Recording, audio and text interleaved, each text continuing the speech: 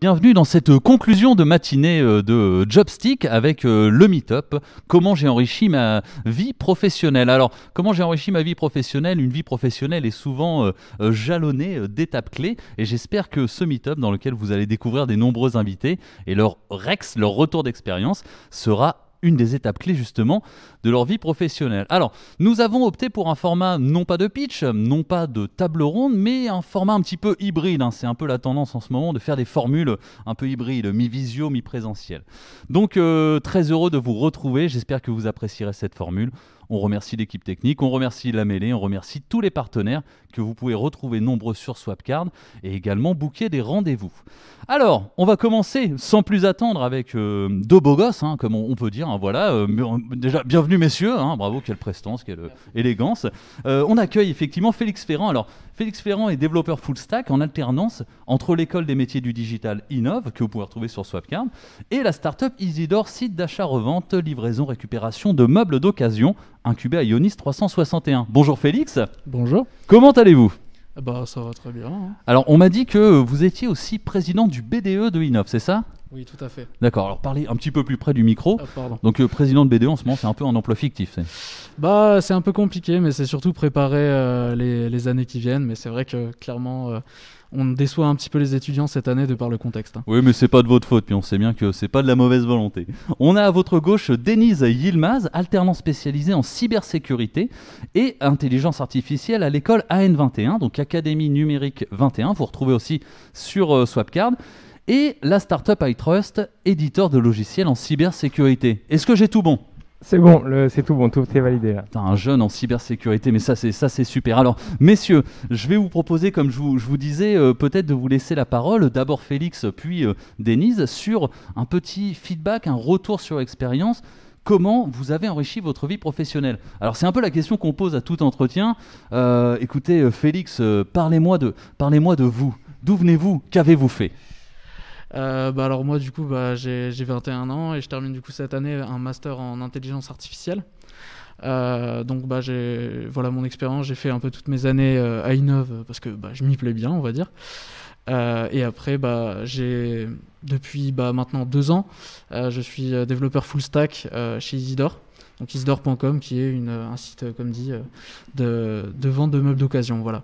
Alors c'est un peu le gros mot full stack du coup, qu'est-ce que ça veut dire? Oui, c'est vrai. Full stack, ça va être un développeur qui va s'attaquer aussi bien à la partie, comme on dit, back et la partie front, donc la partie visuelle et aussi la partie plus technique, un peu sous la carrosserie, on va dire, du site. Voilà. Et donc, je travaille principalement sur le site web et l'application mobile, plus ou moins, quoi. Voilà. Oui, c'est comme vous disiez un peu l'analogie pour full stack, c'est le back-end, c'est le moteur en fait de la voiture et le front-end, ce qu'on voit un peu la carrosserie, quoi. Tout à fait. Ouais. Alors du coup, Félix, je me demandais si on parle d'enrichissement de la vie professionnelle, d'où venez-vous? C'est quoi votre background, votre passé, on va dire? Vous savez, la traditionnelle question, vous avez fait quoi? Bac ES, S, est-ce que ça existait encore à votre époque? Voilà, et comment vous en êtes venu au développement? Oui, effectivement, ça existait encore. Donc c'est un bac S. Après, je pense pas que le bac joue une grosse influence là-dessus, c'est certain. Et donc oui, effectivement, je me posais un petit peu la question en terminale, on va dire, qu'est-ce que je vais faire dans les études supérieures, parce que j'avais vraiment aucune idée de ça.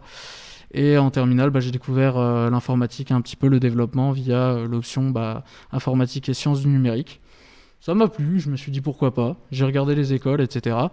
Et j'ai finalement choisi Innov parce que ils proposaient de l'alternance pendant 3 ans et que moi c'est ce qui me donnait envie, l'expérience pro. Je trouvais ça beaucoup plus pertinent. Voilà. Alors du coup, l'expérience pro, la première, ce qu'on sort du bac et on arrive dans une entreprise, ça n'a pas été un jalon, ça a été enrichissant, ça a été surprenant. C'était quoi votre ressenti dans cette première expérience? C'était très particulier déjà de tout ce qui est la démarche des entretiens professionnels, etc.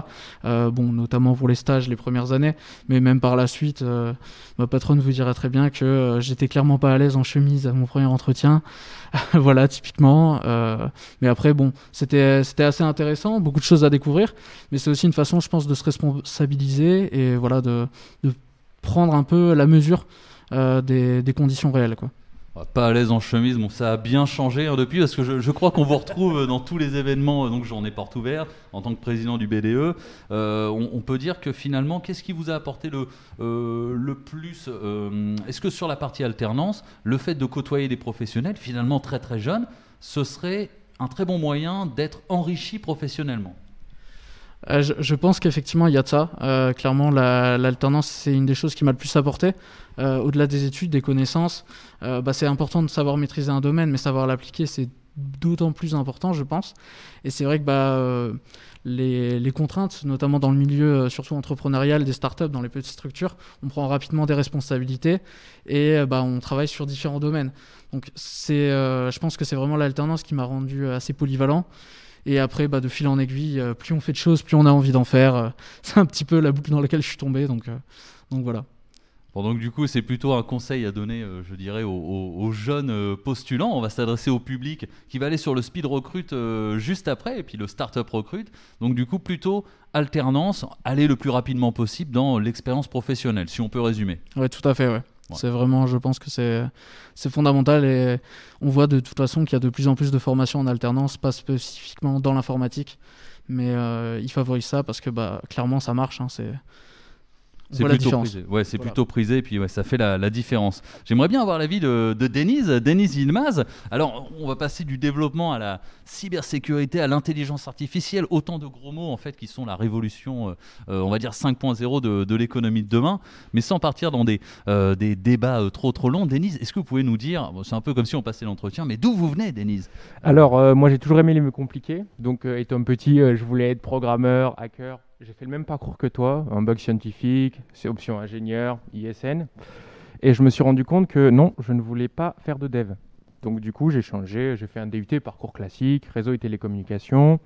J'ai beaucoup aimé les télécommunications, j'ai fait une alternance dedans. Et puis finalement, je me retrouvais pas vraiment là-dedans. J'ai refait un stage en tant qu'administrateur réseau. Ça m'a beaucoup plu.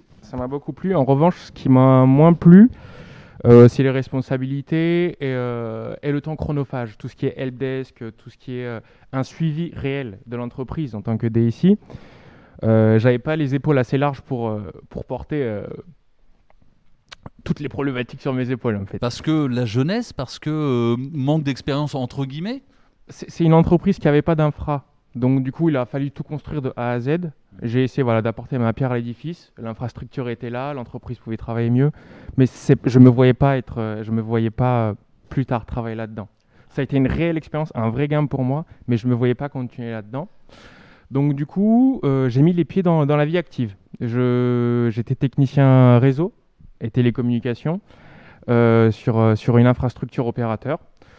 Ça a été un réel tremplin pour moi parce que j'ai pu acquérir vraiment une maturité professionnelle qu'offre pas le parcours continu au sein des études. Donc j'ai fait ça pendant 2 ans. J'ai pu, avec le parcours que j'avais fait, j'ai pu avoir un spectre de compétences assez large, mais il fallait vraiment un petit plus pour pouvoir booster ma carrière professionnelle. J'ai eu l'occasion de rejoindre Line 21. Donc, parallèlement, j'ai pu rejoindre iTrust. Et là, ça a été le chamboulement. J'ai pu mettre les pieds dans la cybersécurité. Étant jeune, j'ai pu atteindre des métiers de niche qu'on n'a pas la possibilité d'atteindre sans 5 années d'expérience, bac plus 12. Voilà, c'est très cliché, mais c'est la réalité aujourd'hui. Et là, je me suis retrouvé avec un bagage technique vraiment plus conséquent. C'est-à-dire qu'on va être amené à faire de l'analyse, on va être amené à faire du pilotage client, des comités techniques. C'est vraiment tout un écosystème, en plus de l'école, qui est un écosystème d'entreprise, qui aujourd'hui m'a permis d'ajouter quelques lignes en plus sur mon CV, qui j'espère à l'avenir seront profitables.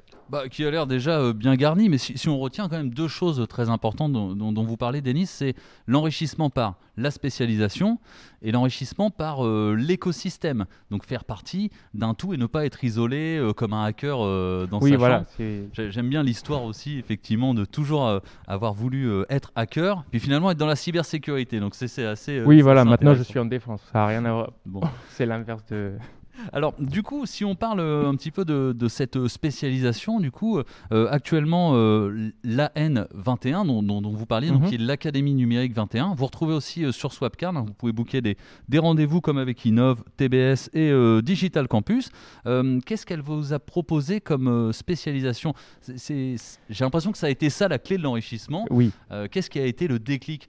C'est aussi une question pour vous, Félix. Un prof, une matière, c'est quoi qui vous a fait le déclic de vous dire bon allez, c'est là-dedans que je veux me lancer? La N21, en fait, actuellement, on s'est retrouvé vraiment à une problématique avec le recrutement parce qu'il y avait des gens qui savaient faire du réseau, mais le marché était débordé. Il y avait trop de personnes pour les postes et en cybersécurité, il n'y avait pas assez d'expertise. Donc, c'est plusieurs entreprises qui se sont mis en commun et qui ont, pour répondre à cette problématique de recrutement, ont ouvert une école. D'accord ? En plus d'apporter une expertise, on va insuffler la façon de penser dans l'entreprise, tous les clés, et on nous a donné tous les clés en main pour que nous, on puisse être acteurs dans notre propre formation, en fait. C'est vraiment, on nous a donné toutes les clés et c'est nous qui devions choisir notre parcours. Ouais, vous n'étiez pas juste consommateur du savoir, descendant. On ne venait pas consommer la connaissance, on est vraiment impliqué. Constat un petit peu partagé, peut-être, Félix? Oui, d'une certaine manière, parce que je pense que de plus en plus de formations évoluent un petit peu pour avoir de la flexibilité, étant donné que l'informatique, contrairement à ce que tout le monde peut un peu comme image, c'est pas juste un métier, c'est vraiment un gros panel de métiers avec beaucoup de spécialisations, comme tu le disais. Et d'une certaine manière, je pense que les formations l'ont compris et mettent en avant différents parcours. Moi, pour ma part, je sais que quand je devais choisir un petit peu dans quoi je me spécialisais, je m'étais pas mal renseigné sur des domaines à côté. L'intelligence artificielle me semblait vraiment être un domaine très porteur. Et c'était un peu une manière pour moi de me dire si je vais là-dedans, je serai obligé de travailler là-dessus. Étant donné que on peut se former sur beaucoup de choses en autonomie, mais ça c'est un domaine compliqué et je voulais pas me former seul dessus, je voulais être accompagné par des professionnels, par des formateurs, et c'est vrai que pour moi c'était un vrai choix, notamment sur cette dernière année de master où on a été très bien encadré par des intervenants très compétents, quoi. Donc là, dernière année pour vous, Félix. Denis, vous êtes à quel niveau de votre cursus? Alors moi je suis en bachelor, c'est l'équivalent bac+3, donc il me reste encore 2 années. Donc là, Félix, c'est la vraie vie juste après, c'est ça? Oui, voilà. Mais normalement, c'est bon, ça devrait bien se passer. Bon. Et Denis, il vous reste encore combien d'années à tirer avant de rentrer dans la... Même si vous avez déjà effectivement pratiqué le marché réel, il reste combien d'années avant de... Ouais, il me reste 2 ans en parcours, en master 1 et 2 à faire. Est-ce que vous avez eu une idée à un moment de reconversion ou d'autres spécialisations ou une autre envie? Parce que les envies sont souvent à la source de l'enrichissement d'une carrière professionnelle. Un peu une question très très large. Si vous aviez un autre métier rêvé, quel aurait-il été? Alors moi, j'ai une appétence à faire collaborer les gens ensemble, en fait. C'est vraiment sur plusieurs projets, faire coordonner les projets et faire coordonner les collaborateurs au sein de ce même projet. Donc plus aller vers des métiers de management, mais sans me détacher de la technique, ou des métiers type ingénieur avant-vente, des métiers où on est en contact avec quelqu'un et la technique en même temps. Et Félix, ou alors c'était développeur depuis le départ et puis on est bon? Non, pas du tout. Moi, comme dit, je savais pas vraiment ce sur quoi je partais. Mais c'est vrai que maintenant, avec les expériences que j'ai pu avoir, je me reconnais dans plusieurs domaines. Je me reconnais dans l'événementiel, dans le management, dans plusieurs domaines qui m'intéressent. C'est vrai que tout ne gravite pas autour du numérique, mais je pense qu'avec la place que ça a dans notre quotidien, ça aura forcément rapport avec ça. D'où la casquette président du BDE. Alors avant de se quitter, vous savez que juste après notre table ronde, parce qu'on est en conclusion en fait de cette matinée très très riche de Jobstick 2021 qui arrive quoi qu'il arrive avec la résilience nécessaire en cette période sanitaire. Vous savez que juste après, il y a énormément en fait, une bonne 50aine de candidats qui vont multiplier les entretiens. Si vous avez un petit conseil à leur donner, là, face caméra, directement, je crois que c'est cette caméra qui vous filme. Félix, un petit mot d'encouragement, un conseil pour tous ces postulants du numérique, futurs collègues sur le marché. Du coup, ne touchez pas trop votre chemise pendant l'entretien. Comment ça? Par rapport au fait que ça montre qu'on n'est pas à l'aise. Mais non, quoi qu'il en soit, de manière plus sérieuse, montrer en avant tout la motivation. Je pense que c'est compliqué de rechercher un emploi et beaucoup de gens se démotivent. Mais vraiment, il faut toujours réussir à capter un intérêt et montrer de l'intérêt pour l'organisme qu'on souhaite rejoindre. Donc un réel intérêt et puis ne pas seulement venir chercher un travail pour chercher un travail, j'entends bien tout à fait. Denise, un conseil peut-être. Essayez de montrer que vous ne voulez pas consommer une connaissance, mais que vous voulez vraiment être acteur de votre parcours. Voilà, c'est tout ce que je donnerai. C'est très bien dit, et puis c'est bien résumé. Alors vous savez quoi, je vais profiter qu'on ait un petit peu de gens dans la salle pour vous demander de les applaudir pour leur premier plateau stream. Merci beaucoup. Alors, c'est pas très poli, mais je vais vous demander de vous lever, laisser les micros parce qu'on va laisser la place justement aux autres invités qui vont arriver. Donc j'en profite pour vous rappeler que vous êtes dans le cadre de Jobstick, donc Jobstick 2021, et que vous pouvez retrouver, booker des rendez-vous avec les intervenants ou les structures qui encadrent justement les intervenants. Oh alors, excusez-moi Joël, excusez-moi Florence. Oh bah écoutez, vous savez quoi, on va enchaîner avec vous. Donc rejoins-nous Jérôme, viens donc. Comme ça on va switcher. On s'adapte, c'est la culture agile et puis voilà. Donc voilà, j'en profite pour vous dire que vous pouvez booker des rendez-vous dès maintenant sans problématique avec les écoles qu'on a citées, l'Académie du numérique, Innov, mais aussi Digital Campus et TBS. Bref, vous avez vu le tour de magie que j'ai fait. On a 3 nouveaux invités, on multiplie, tel Jésus qui multiplie les pains, mais là on multiplie les invités de marque. Alors bonjour à vous 3. Déjà, merci d'être là pour votre premier plateau, je crois bien. Je vais vous introduire si vous permettez. Nous accueillons Florence Federici, consultante fonctionnelle, alors désolé pour les gros mots, SIRH, Système d'information ressources humaines, ERP, Enterprise Resource Planning et assistance à maîtrise d'ouvrage. Donc vous êtes à votre compte. Bienvenue Florence. Nous accueillons également à ma gauche l'associé gérant chez Novabi, Joël Verlet. C'est une entreprise de gestion de parcs informatiques de nombreuses PME dans et autour de Bruxelles. Bonjour Joël. Oui, bonjour à tous. Et nous avons tout au bout Jérôme Denis, fondateur et dirigeant de G & Dennis Consulting, vous m'excuserez pour l'accent, la société d'accompagnement dans le financement de vos projets d'innovation en XR, XR étant le mix de VR et de AR. Membre du conseil d'administration de la Mêlée, en charge de l'animation de la commission réalité virtuelle. Bonjour Jérôme. Bonjour. Comment allez-vous, vous trois, vous allez bien?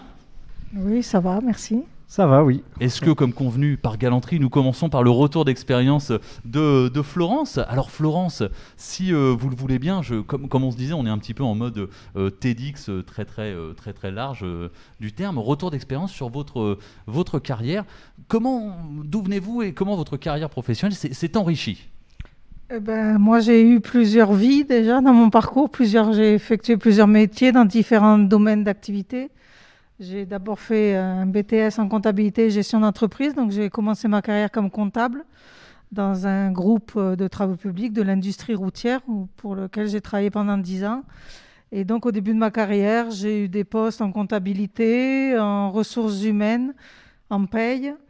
Et je suis partie 2 ans en Allemagne où j'étais consultante fonctionnelle sur SAP, sur des modules en comptabilité à l'époque. Mais quand je suis allée en Allemagne, je ne savais même pas que c'était un métier, quoi. Enfin voilà, j'ai pas eu spécialement de formation pour réaliser cette mission. Alors, très vite, vous êtes allé à l'étranger, du coup. Est-ce que ça vous a enrichi quel a été les apports? Peut-être une autre vision du monde du travail? Oui, ça m'a énormément apporté sur le plan personnel et professionnel, puisque c'est là que j'ai quelque part basculé dans le monde de l'informatique. Et ça m'a beaucoup apporté parce que j'ai travaillé avec des développeurs, des responsables administratifs et comptables, et où on a déployé sur 12 agences le projet SAP, donc sur du reporting et de la mise en œuvre de nouvelles procédures en comptabilité fournisseur notamment à l'époque. Alors ça parle peut-être aux professionnels de la profession, mais après le SAP, qu'est-ce que c'est juste rapidement? Pardon, c'est un logiciel qui gère toute la comptabilité, les ressources humaines. Enfin, ça permet de gérer une entreprise. C'est très très bien. Après l'Allemagne, du coup, qu'est-ce qui s'est passé? Quelle a été la suite du parcours et quelles ont été les étapes clés justement enrichissantes? Donc, quand je suis revenue en France, j'ai eu un poste de cadre comptable, toujours pour cette entreprise, donc à Montpellier. Et c'est là, quelque part, que j'ai compris que la comptabilité, c'était pas pour moi. Et j'avais fait un bilan de compétences. Et c'est lors de ce bilan de compétences que j'ai compris que ce que j'avais fait en Allemagne, c'était un métier, donc un métier de consultante. Et je suis ensuite rentrée chez Oracle en tant que consultante. Et ensuite, au bout d'un an, donc j'allais chez des clients pour étudier leur existant, et étudier leurs besoins, et ensuite paramétrer, pareil, les modules d'Oracle Application. Et ensuite, au bout de, on va dire, de 2 ans, je suis passée dans l'équipe support technique d'Oracle. Et j'y suis restée de nombreuses années. Et donc, il fallait résoudre les problématiques, les dossiers des clients. Et j'ai également été coach, formatrice sur une méthodologie interne d'analyse et de résolution de problématiques. Donc voilà, donc je suis restée de nombreuses années chez Oracle. Alors du coup, vous avez, comme vous disiez, vous avez découvert un petit peu que vous étiez consultante, mais a posteriori, ça a été pareil pour coach ou ça s'est fait... En fait, j'ai l'impression que ça se fait un peu naturellement, cette acquisition de compétences. Oui, à chaque fois, moi, je saisis des opportunités et je fais mon chemin. Et oui, alors coach, non, ça n'a pas été pareil parce que voilà, j'étais déjà dans l'entreprise et c'est une nouvelle mission qui a été proposée et pour laquelle je me suis portée volontaire parce que tout au long de ma parcours, j'ai un besoin d'apprendre en permanence de nouvelles technologies, nouveaux outils, nouvelles méthodes de travail. Mais j'adore transmettre le savoir, donc c'est-à-dire former les autres. Donc c'est ce que j'ai fait en tant que coach sur cette méthodologie interne. Et en parlant de transmission de savoir, on parlait un petit peu hors micro juste avant, que oui, on peut obtenir un diplôme, oui, on peut acquérir le savoir en entreprise, enfin en école, mais dès que vous entrez dans une entreprise, c'est quasiment sujet à une autre formation, à un autre diplôme interne. C'est quoi votre vision là-dedans et peut-être le conseil à donner aux actuels postulants, futurs recrutés de Jobstick? Oui, alors je vais juste prendre 2 exemples rapides. Donc au début de ma carrière, donc comme je l'ai dit, j'avais un diplôme en comptabilité. J'ai été embauchée comme comptable dans cette entreprise. Et dès la première semaine, je suis allée au service des ressources humaines et de la paye de la direction régionale parce que la personne qui tenait le poste devait partir en congé maternité. Et donc, j'avais dû passer une journée pendant mes études sur ces thématiques de ressources humaines et de paye. Mais je crois qu'il faut, comme je l'ai souvent dit, s'adapter, être curieux aussi, saisir des opportunités. Et c'est quelque chose qui m'a passionnée. Et en effet, et pareil, quand je suis rentrée chez Oracle,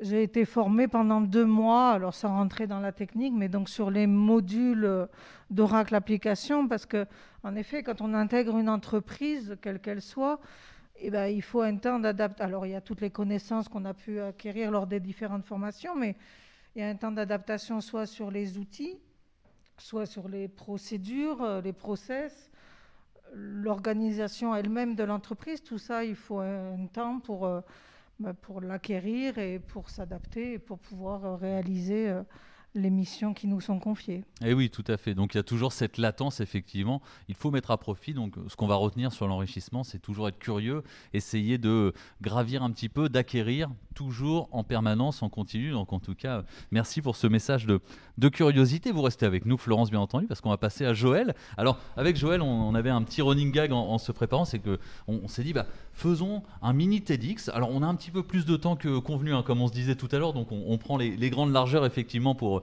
intervenir. Et je crois, Joël, que tu as réussi le pari en 4-5 minutes de nous résumer un petit peu ton parcours, qui est très très riche. Donc reprenons de la base. D'où viens-tu, Joël? D'où venez-vous? Alors avant de commencer ma carrière professionnelle, j'ai passé pas mal de temps sur les bancs de l'université. Et alors à cette époque-là, j'avais un boulot d'étudiant, je faisais de la sonorisation dans l'événementiel, ce qui m'a un peu sauvé parce que la régie fait coucou, là, je crois que vous avez un collègue. Ouais. Ok. Et voilà, donc parallèlement à ça, j'ai enchaîné plusieurs premières années, je ne savais pas vraiment ce que je voulais faire par la suite. Et j'ai pensé que les diplômes faciliteraient la suite. Et voilà, c'est pas forcément un bon calcul parce que c'est se mettre en situation d'échec et on peut avoir du mal à s'en sortir. Et finalement, j'ai trouvé une formation en alternance de technicien informatique et ce qui a lancé ma carrière dans l'informatique. Donc, suite à ça, j'ai eu mon premier boulot en 2001 chez Capgemini à Paris. Donc, j'ai été embauché en tant que technicien informatique. Donc, j'avais un niveau bac, je suis rentré par la petite porte et très rapidement, j'ai eu envie d'évoluer. Et j'ai vite réalisé que les formations n'étaient pas évidentes à décrocher. Du coup, j'avais pris l'habitude d'accepter toutes les missions qu'on me proposait, quitte à partir en déplacement plusieurs semaines, voire plusieurs mois. Et en fait, on change d'environnement de travail, ce qui est très formateur, en fait. Voilà pour Capgemini. Et ensuite, j'ai accepté une mutation dans les laboratoires Pierre Fabre, dans le sud, où je suis revenu pendant 1 an, où j'ai fait technicien sur site. Après, la division infogérance de Capgemini a été rachetée par une société américaine qui s'appelle Unisys. Donc là, je suis devenu technicien itinérant.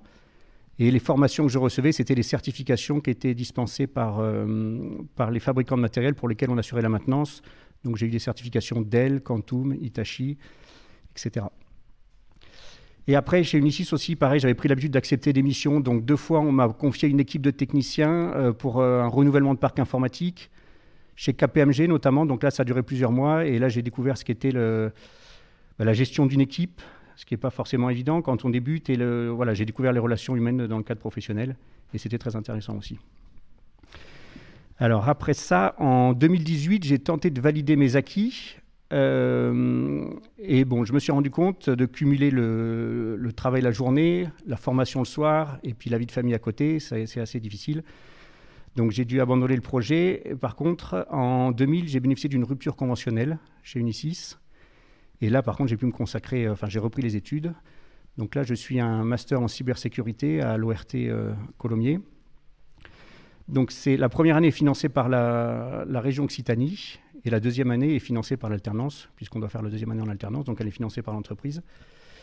Et entre ces 2 années, j'ai dû trouver un stage. Donc ça m'a permis de développer mon réseau professionnel. Et j'ai fini par trouver un stage chez BPCE IT, Banque Populaire et Caisse d'Épargne, qui était une bonne société dans laquelle je me serais bien vu faire mon alternance de seconde année. Et parallèlement à ça, en fait, je suis rentré en contact avec un ami qui avait monté sa boîte en Belgique depuis 20 ans, qui travaille toujours pour la Belgique, mais qui est venu s'installer à Montauban et qui avait dans l'idée de lancer l'activité dans la région toulousaine et montalbanaise. Du coup, après en avoir parlé un bon moment, on a décidé de s'associer. On a créé une nouvelle SARL basée en France qui a le même nom que la société belge et qui s'appelle Novabi.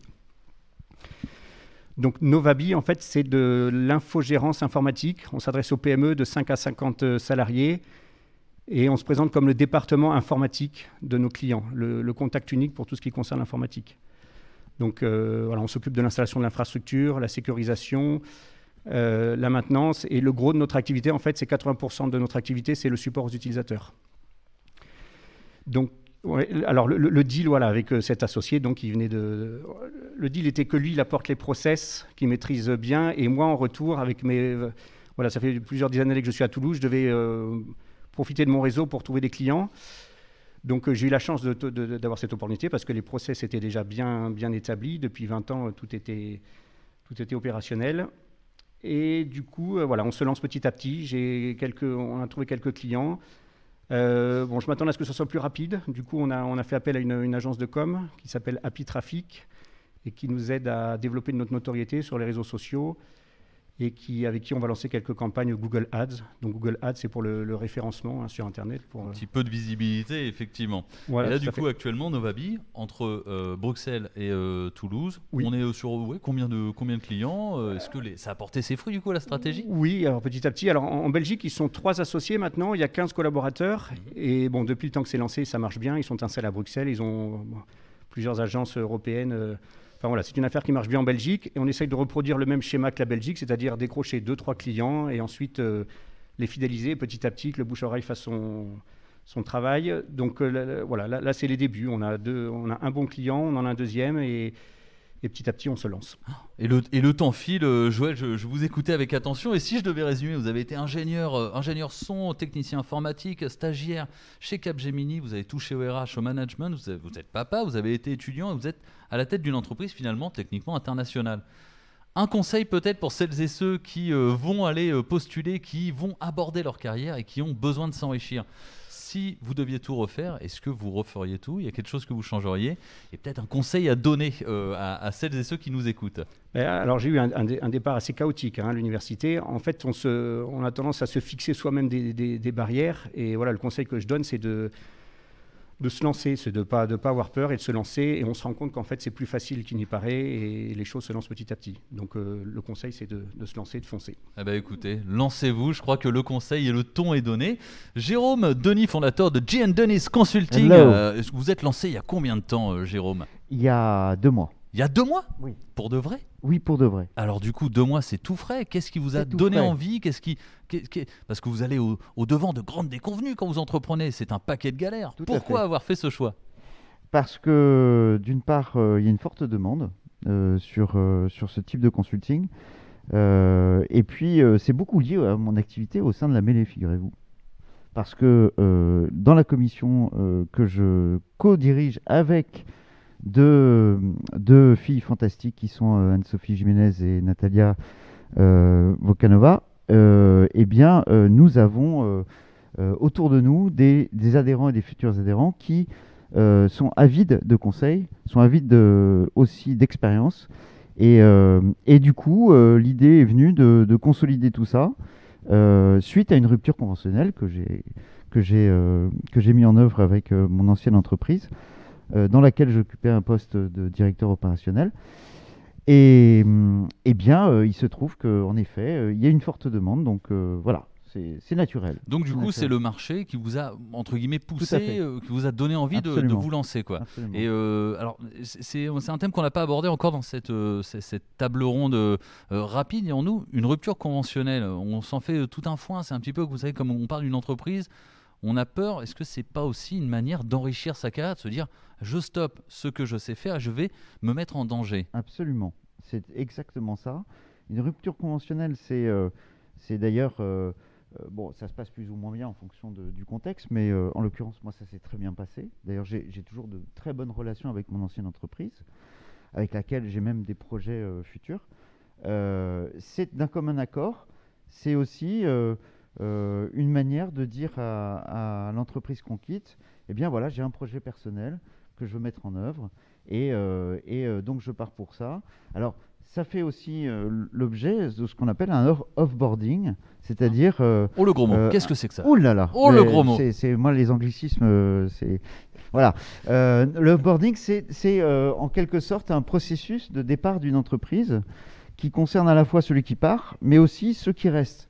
Et c'est très important parce que ça permet de mettre en place d'abord une transition, et en plus, d'un point de vue, on va dire, psychologique, c'est une manière de partir qui consolide à la fois son image, mais aussi qui renforce dans l'entreprise l'esprit de cohésion pour le départ après. Essayer de faire en sorte... Je résume, évidemment, je ne suis pas un spécialiste, mais... Oui, faire en sorte que tout se passe bien, maintenant, voilà, une situation qui peut amener son lot de souffrance. Je voulais vous demander aussi, Jérôme, vous disiez que en fait, votre nouvelle activité a été aussi impulsée par ce que vous faisiez à côté de votre travail, donc vos missions, je dirais, d'administrateur à la mêlée. Oui. Est-ce que ce n'est pas quelque chose qui est aussi enrichissant dans la vie professionnelle, d'avoir des à côté professionnels? Alors, c'est extrêmement enrichissant. Je vais me faire le chantre de la mêlée, en quelque sorte.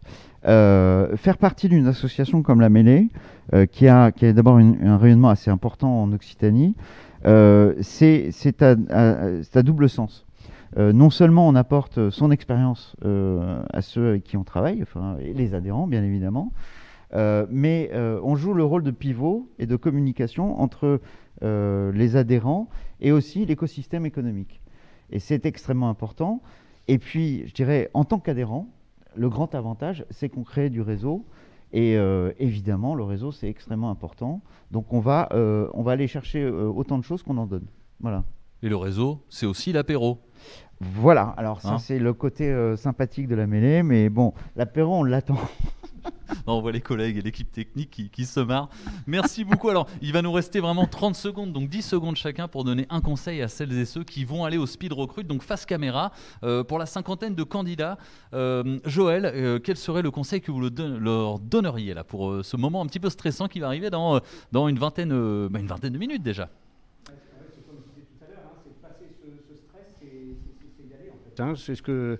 Encore une fois, c'est ce que je disais. Moi, j'avais pas mal d'appréhension, manque de confiance en soi, et il faut apprendre à surmonter ça, à se lancer. Et puis après, encore une fois, les choses sont beaucoup plus simples que ce qu'on imaginait, donc il faut y aller. Ouais. Lancez-vous. Florence, un conseil.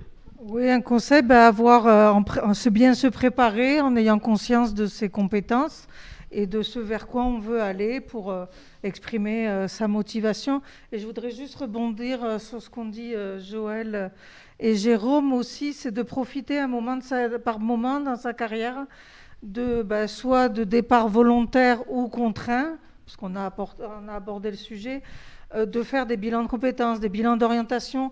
Moi, je sais que ça m'a permis ces moments-là de me poser sur ma carrière et de prendre conscience justement de compétences et de réfléchir ce vers quoi je voulais aller pour poursuivre ma carrière. Donc ça aussi, c'est très important et ça aide beaucoup. La prise de recul, donc. Voilà, Jérôme, un dernier conseil? Alors moi, si j'ai un conseil à donner à ceux qui se présentent et qui veulent être attractifs, c'est d'être eux-mêmes, d'une part, et de montrer qu'on est passionné. Parce que la passion, c'est véritablement le moteur de la présentation, en quelque sorte. Donc, si vous êtes passionné, si vous aimez ce que vous faites, montrez-le, soyez vous-même. Voilà. Merci, Stay Yourself. C'est un peu le constat partagé par Denise Yilmaz qu'on a eu au micro tout à l'heure et l'écosystème qu'on parlait avec Félix. Mais tout est lié. Merci beaucoup à vous trois. Je profite qu'il y ait des gens pour demander des applaudissements. Ça fait quand même du bien et chaud au cœur. Je vous laisse sortir. Et je vais accueillir, parce qu'ils sont en alternance et ils ont peu de temps, mais je vais les accueillir très très vite, Nicolas Crémasco et Camille Derrien. Alors vous m'excusez si je ne veux pas écorcher vos noms de famille. Camille, je vous en prie, asseyez-vous juste ici, vous avez le micro. Nicolas également. Alors bienvenue à vous. Donc nous avons Nicolas Crémasco, issu d'un parcours de reconversion professionnelle par la POEC, et préparation opérationnelle à l'emploi collectif. Vous êtes développeur Java chez IB Group, Segos, acteur historique du marché de la formation à destination des professionnels de l'informatique. J'ai tout bon, Nicolas? Je suis développeur Java en formation. Ah, en formation, on y était presque, j'ai mes fiches, voilà. En tout cas, bienvenue Nicolas. Et nous accueillons Camille Derrien, c'est ça? Très bien, Camille Derrien, issue d'un parcours de reconversion à la Coding Academy d'Epitech. Vous êtes développeuse web full stack chez Agoravita, agence IT tricéphale combinant des offres de SS2I, ESN et agence digitale pour le compte d'une centaine de clients à Toulouse, Paris, également Montpellier. J'ai tout bon? Tout bon. Oh, super, je suis content. Alors, ravi de vous accueillir. Désolé pour le léger retard. Je sais que vous êtes occupé, donc on va quand même vous laisser la part belle à votre retour d'expérience. Alors, galanterie oblige ou non, qui souhaite commencer un petit peu, nous expliquer quel est votre parcours professionnel et peut-être quelles sont les étapes clés qui vous ont enrichi dans votre parcours. Camille, vous voulez commencer? Allez, c'est parti. Donc, d'où venez-vous, Camille? Qui êtes-vous? D'où venez-vous? Alors, moi j'ai fait une école de commerce tout de suite après le bac, donc un master 2 en école de commerce. Je me suis lancée dans ces études parce que de base, je n'avais pas vraiment d'idée sur ce que je voulais faire. Je n'étais pas forcément passionnée par quelque chose en particulier. Et du coup, l'école de commerce était un bon compromis parce que c'est très général et on voyait énormément de choses. Et suite à cette école de commerce, j'ai eu diverses expériences dans le marketing et le web marketing qui étaient quelque chose qui me passionnait beaucoup. Et suite à ces diverses expériences professionnelles, je me lassais un petit peu dans ce que je faisais. Puis la dernière entreprise dans laquelle j'étais, je ne m'épanouissais plus vraiment. Puis je ne voyais pas vraiment de perspective d'évolution. J'ai donc demandé une rupture conventionnelle, ce qui ne me ressemble pas vraiment parce que j'ai l'habitude d'être très organisée, très cadrée. Et puis il était hors de question pour moi de quitter un travail sans en avoir un autre derrière. Mais j'ai pris le risque en me disant je vais demander une rupture conventionnelle, je vais me poser. Je vais chercher un autre travail, toujours dans le même secteur d'activité parce que je ne voulais pas en changer. Et voilà, je vais trouver un travail qui me plaît plus. L'envie de me réorienter n'était pas du tout présente encore. Mais on m'a parlé très vite des formations accélérées dans le développement web. Je ne voulais pas trop en entendre parler au début parce que vraiment, je n'en avais pas envie. J'avais 30 ans et je ne me voyais pas retourner dans des études Je voulais vraiment avancer. Puis pour moi, me réorienter, c'était un peu comme un retour en arrière. Donc, c'était quelque chose que je ne souhaitais pas trop. Mais quand même, l'idée a un petit peu cogité dans ma tête. Puis est venue la crise sanitaire, où là, je me suis dit, le marketing, ça va être compliqué parce que déjà qu'il y a très peu d'offres et beaucoup de demandes, là, il va y avoir encore plus de demandes et encore moins d'offres. Et je me suis dit, la réorientation, pourquoi pas. Le développement web, j'avais déjà travaillé en étroite collaboration avec des développeurs, donc je voyais un petit peu à quoi ressemblait le métier. Enfin, à quoi je pensais qu'il ressemblait plutôt. Et du coup, je me suis lancée dans cette formation du coup, à Epitech. J'ai regardé un petit peu différentes écoles et je me suis dit, Epitech est assez renommée, donc go, j'ai fait confiance à Epitech et la méthode Epitech. Et du coup, j'ai fait une formation donc, accélérée de 4 mois dans le développement web, une formation où on voyait énormément de technologies en très très peu de temps, donc c'était très compliqué, très dur, où vraiment là, je me challengeais complètement. Mais j'y allais, j'y étais sûre de moi et je me suis dit, l'échec n'est pas possible. Donc du coup, suite à cette formation, il a fallu chercher un stage. Stage du coup que j'ai trouvé chez Agoravita. Et du coup, qui est une suite à la formation, parce que finalement, la formation, on acquérit certaines compétences, mais on n'est pas spécialisé dans une technologie en particulier. On apprend surtout à se débrouiller, à être autonome, ce qui sert énormément du coup en entreprise lors du stage. Et du coup, j'ai intégré Agoravita au mois de février, où du coup, je suis développeuse web full stack. Et voilà, j'ai trouvé une super entreprise avec des super maîtres de stage qui ont compris que voilà, j'étais vraiment là pour me former. Et du coup, qui m'accompagnent énormément, qui me forment beaucoup. Et c'est vraiment génial parce que j'évolue vraiment énormément à leur côté. Et du coup, je suis en stage pendant 6 mois. Puis j'espère que suite à ce stage-là, voilà, ça débouchera sur un CDI. C'est ce que je me souhaite. L'appel est lancé, n'est-ce pas? L'appel est lancé. Oh, merci beaucoup Camille pour ton expérience très précise. Alors moi, j'aimerais bien juste savoir un petit peu dans cette prise de recul nécessaire. C'est vrai qu'à 30 ans, se dire je vais complètement me reconvertir. Alors, il y a la crise sanitaire, effectivement, mais quel a été le plus gros... un frein, c'est aussi quand on le surpasse, ça qui va enrichir une carrière.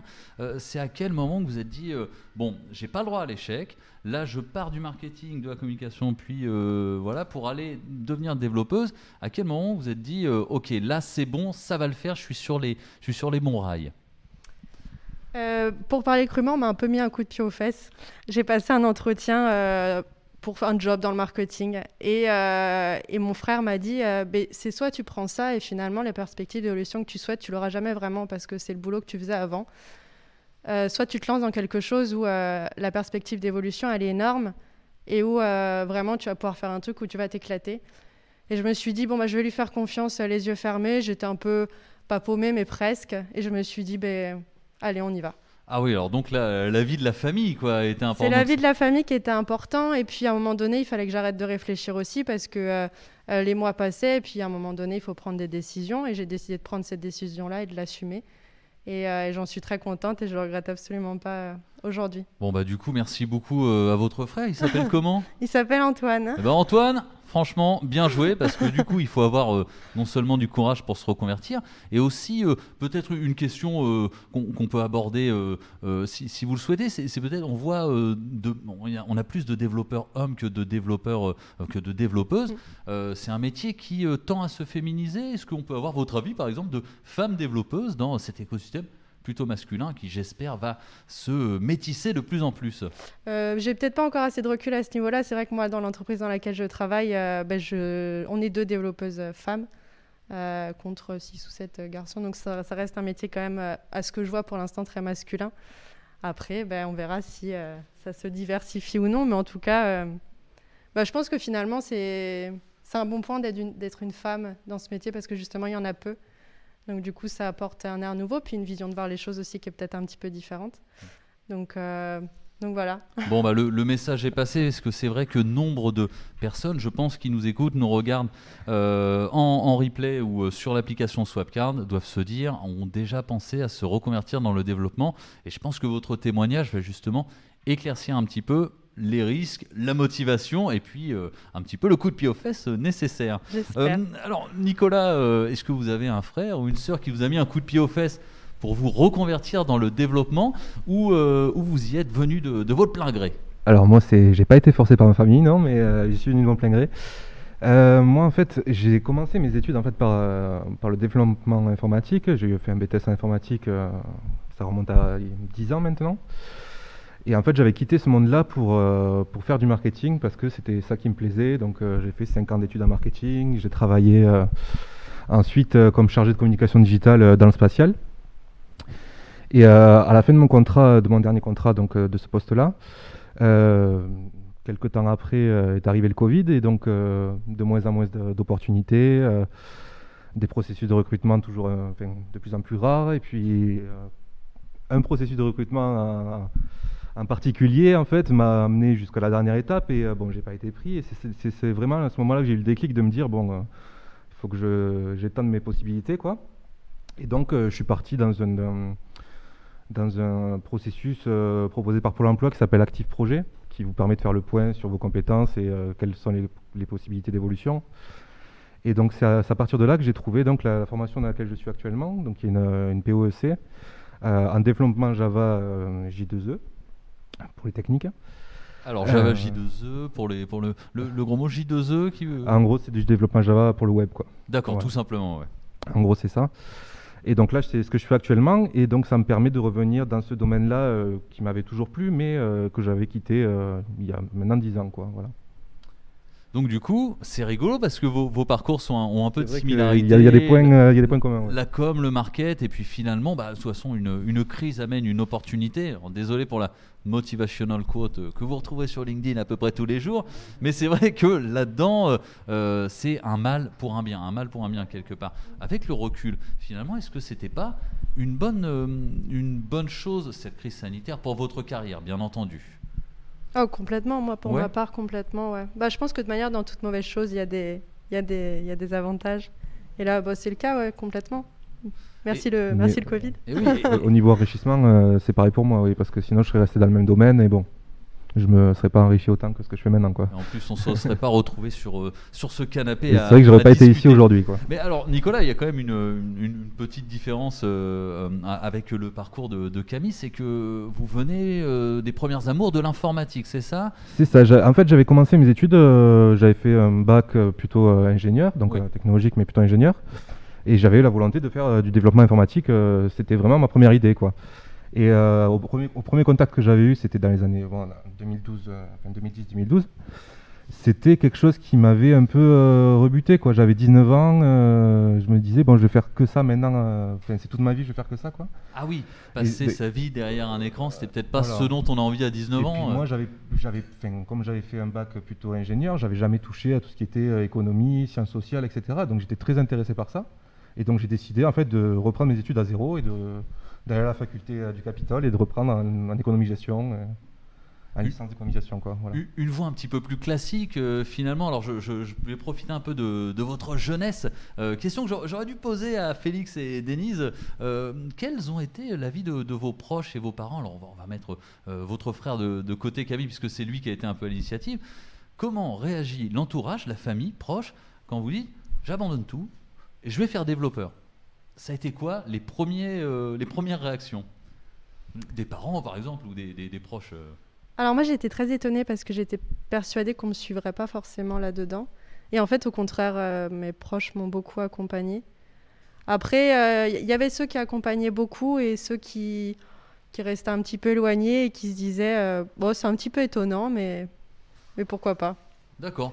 Plutôt, on te fait confiance. Voilà, exactement. D'accord, ok. Vas-y, ouais, complètement. Ah, super. Ouais. Nicolas, du coup moi aussi, autour de moi, j'ai eu que des réactions où, vas-y, change, apprends de nouvelles choses. Et puis, en plus, avec le contexte, j'ai eu souvent des personnes qui m'ont dit c'est maintenant ou jamais, quoi. Donc, voilà, faut en profiter, quoi. Ouais, le contexte a aidé là-dessus aussi. Je pense pas qu'on m'aurait autant encouragée si le contexte n'avait pas été celui-ci. Du coup, la mise en danger nécessaire devient plus que naturelle en cette période un petit peu troublée, qui, on l'espère, sera de moins en moins troublée. En tout cas, on croise les doigts. J'avais une petite question pour vous deux juste avant de se quitter, parce que je sais que vous retournez en entreprise, et ça, on était bien au clair là-dessus. Donc, je m'excuse auprès des employeurs responsables de stage, d'alternance. Je vous les rends tout de suite.